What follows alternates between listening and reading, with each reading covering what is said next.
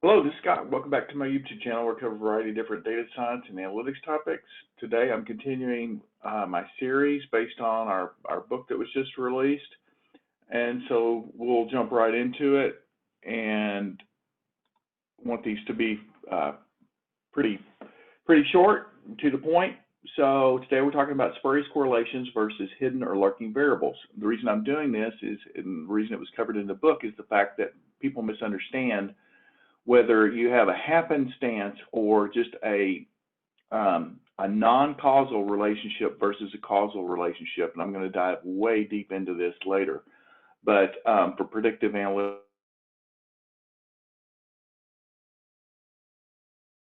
what is a spurious correlation versus a hidden variable? These are not the same. I've heard them used in examples that they are, and they're not. The point being that with a spurious correlation, and this is an example of a spurious correlation from Tyler Vigen, and I'll show you Tyler's website in just a second, but where you have suicide rates on the left y-axis, highly correlative to U.S.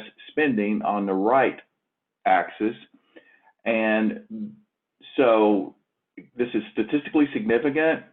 P is extremely small. R squared is 99%. So very high mathematical relationship between these variables. Why? Because we literally have millions and millions and millions of variables over millions of data points across time. So if you look hard enough, in fact, there's a great quote I like, if you torture the data long enough, they'll admit to anything, which means essentially that you can find all kinds of spurious relationships within data and make it look like they are related. So what's the difference between this and a lurking variable? This could be a lurking variable if there was an underlying variable that explained this relationship. But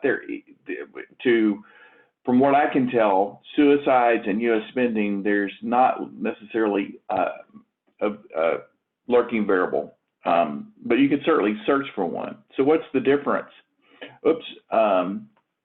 If I drop this, then this is Tyler Vigen's. This is his website right here that I'm showing, and so I encourage you to go out there. There's some interesting stuff out there from Tyler. But just to talk very briefly about a couple examples of relationships that underlie another relationship is, for example, in World War II, Mosteller and Tukey came up with an example of, they found a relationship that was counterintuitive, and that was that engagement with enemy fighters actually increased the bombing accuracy. And so they didn't really understand how that could be. Well, it turned out that fighters were not present when cloudy days. So it wasn't really not have anything to do with the fighters as much as it was with the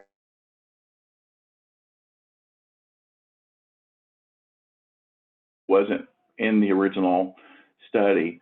Another example is if you look at Jameson Ogle, he mentions the murder by ice cream. I think this is a pretty popular one, where if you look at the correlation between sales and murder, then there's not a relationship between those two.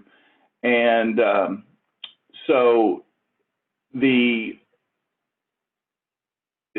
between sales and murder, even though it's correlative, you'd think that, well, that might be just a spurious relationship, when in fact heat and hot summer days are correlative to temperature, and temperature is correlative to I guess anxiety or whatever, and so that could be the explanation for the relationship there. So anyway, again, spurious, there is no underlying correlation.